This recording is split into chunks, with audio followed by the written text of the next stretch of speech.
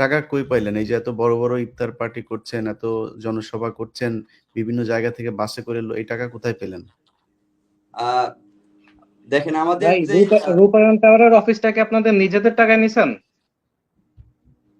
আমাদের কেন্দ্রীয় মেম্বার যারা আছে, আমরা মাসিক একটা চাঁদা দিয়ে থাকি। আমাদের জেলা শহরের প্রতিটা জেলায় আমাদের কমিটি আছে, থানা ভিত্তিক প্রায় 400 কমিটি আছে।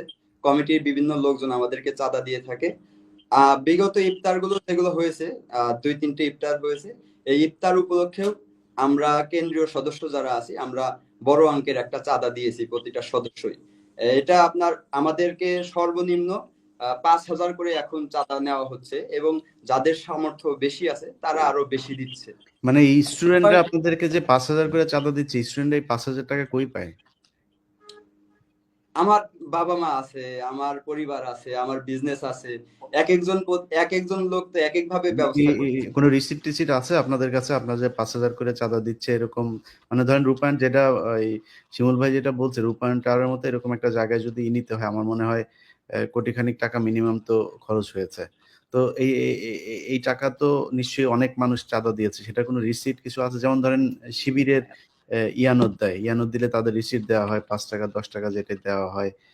তো এগুলো কি আপনাদের আছে কিনা? আমাদের ফাইন্যান্সিয়াল পলিসি খুব শীঘ্রই আপনারা জানতে পারবেন। আমরা আমাদের ক্রাউড ফান্ডিং এর যে বিষয়টা, এটা আমরা খুব শীঘ্রই, হয়তো 2-3 দিনের ভিতরেই দেশবাসীর কাছে উন্মুক্ত করে দিব। আমাদের ব্যাংক অ্যাকাউন্ট সহ বিকাশ অন্যান্য যেই বিষয়গুলো আছে, এটা আমরা উন্মুক্ত করে দিব। জনগণ যারা আমাদেরকে ভালোবাসে, আমাদেরকে পছন্দ করে, তারা স্বেচ্ছায় সেখানে ডোনেট করতে পারবে। আর বিগত দিনগুলোর কার্যক্রমে আমাদের 400-র উপরে কমিটি আছে। এই কমিটির লোকজন, আমাদের কেন্দ্রীয় কমিটির লোকজন নানান ভাবে তাদের যতটুকু সামর্থ্য আছে, কেউ 1,000 পারলে 1,000, কেউ 5,000 পারলে 5,000, কেউ 2,000 পারলে 2,000, এরকম ভাবেই আপনার। কবে থেকে দেওয়া শুরু করেছে চাঁদাটা? কোন মাস থেকে? এটা তো আন্দোলনের আগে থেকেও আমরা পাচ্ছি, আন্দোলনের আগে থেকেও আন্দোলনের পাচ্ছি। আগে থেকে আপনাদের 400 কমিটি ছিল?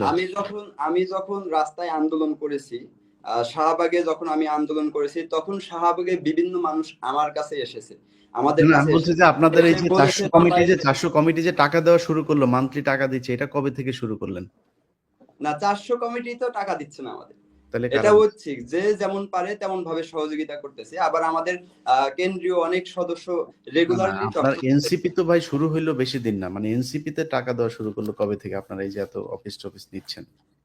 না, আমাদের এনসিপির এখনো অফিস নেওয়া হয় নাই। আমরা যে অফিসে কার্যক্রম পরিচালনা করতেছি, এটা এখনো নাগরিক কমিটির যে অফিস, ওই অফিসটাই আমরা এখন পর্যন্ত ব্যবহার করতেছি। আমাদের দলের ভিতরে আলোচনা হচ্ছে, আমরা ঈদের পর এনসিপির একটি নিজস্ব অফিস নেওয়ার চিন্তা ভাবনা বা পরিকল্পনা হয়েছে। এটা আমরা ক্রাউড ফান্ডিং এর মাধ্যমে আমাদের যেই আচ্ছা যাক, ওয়ার্ক আমরা সার্ভিস। আসলে আপনাদের অর্থনৈতিক বিষয়টা নিয়ে অত বেশি গভীরে চলে যাচ্ছি, আমরা এটা নিয়ে আলোচনায় না যাই। আর এই যে প্রাইভেট বিশ্ববিদ্যালয়ের কোনো প্রতিনিধি আপনাদের এখানে, মানে ঢাকা বিশ্ববিদ্যালয়ের বাইরে আর কাউকে রাখা হয়নি? মানে আপনারাই কি সব করলেন এই আন্দোলনে? এই অভিযোগগুলো ভুল, বুঝতে পারছেন? কই কে আমাদের আছে? আমার একটু 200 বলেন তো, যে আপনাদের এই যে কেন্দ্রীয় কমিটিটা এখন গঠন করা হয়েছে, এখানে মানে প্রাইভেট বিশ্ববিদ্যালয়ের কে কে আছে আমার একটু বলেন তো নাম ধরে। প্রাইভেট শিশির আছে না, অনেকেই আছে। আমাদের তো 217 সদস্যের কমিটি, এইখানে রাজশাহী ইউনিভার্সিটি, চট্টগ্রাম ইউনিভার্সিটি। 217 তো ভাই, 217 তো অনেক বড়। মানে আমি ধরেন যদি সুপার 10-এ যদি বলি, আছে কেউ? সুপার 10-এ আপনার তাসনিম জারা আপু আছে মেডিকেলের। হ্যাঁ, তারপরে আর কি আছে, তাসনিম জারা আপু আছে মেডিকেলে। আর আন্দোলনের মূল ফেজ যারা, তারাই তো সুপার 10-এ থাকবে না। ধরেন আপনি হুট করে তো এমন একজনকে নিয়ে আসবেন না যিনি আন্দোলনের মূল ফেস না। মানে এই মূল ফেসের ভেতরে আপনাদের এই প্রাইভেট ইউনিভার্সিটির কেউই ছিল না? প্রাইভেট ইউনিভার্সিটির বিষয়ে যদি আমি বলি, প্রাইভেট ইউনিভার্সিটির তারা আন্দোলনমুখী, কিন্তু রাজনীতি করতে হলে তো আপনার দীর্ঘ সময় আপনাদের লেগে যেদিন দল গঠন করলেন, সেদিন আবু সাইদের পরিবারের কাউকে দাওয়াত দিতে ভুলে গেলেন কিভাবে?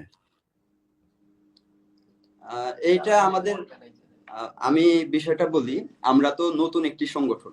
আমাদের উপরে দেশের মানুষের অনেক চাহিদা, অনেক চাওয়া পাওয়া আছে। আবার দল হিসেবে আমরা নতুন, যেহেতু আমরা সবাই তারুণ্য মিলে শুরু করেছি। এইখানে নানান ধরনের আপনার একটু মিসম্যানেজমেন্ট হচ্ছে, এটা আমি স্বীকার করে নিচ্ছি, যেহেতু আমরা নতুন, আমাদের অভিজ্ঞতার ঘাটতি আছে। দাওয়াতের যে বিষয়টা, আপনার শহীদ পরিবার, আবু সাইদের পরিবারের যে বিষয়টা বললেন, এই বিষয়টা আমি সঠিক জানি না। তবে আমাদের যে দাওয়াত কার্ড, এই দাওয়াত কার্ডটা আসতে অনেক দেরি হয়েছে। আমাদের দাওয়াত কার্ডটা আসতে অনেক দেরি হয়েছে, যে কারণে দূরবর্তী অঞ্চলে আমরা দাওয়াত কার্ডটা পৌঁছাইতে হয়তো। ভাই আপনাদের এখন তো দাওয়াতের কার্ডের দিন নাই ভাই। আমার মনে হয় না যে পরেও তারা যে আপনাদের সাথে যোগাযোগ করতে পেরেছে, এটা নিয়ে নিউজ হয়েছে। নিউজ হওয়ার পরে আপনারা তাদের সাথে আপনাদের দল থেকে সরিও বলেছে এবং পরে তাদের সাথে যোগাযোগ করেছে। তো সেই যোগাযোগটা আগে ম্যানুয়ালি করা যায় নাই কেন? আর আপনারা মনে করেন যে নতুন দল আমি হিসেবে ভুলে আমি গেলেন। ব্যক্তিগতভাবে আবু সাইদের পরিবারের কাছে দুঃখ প্রকাশ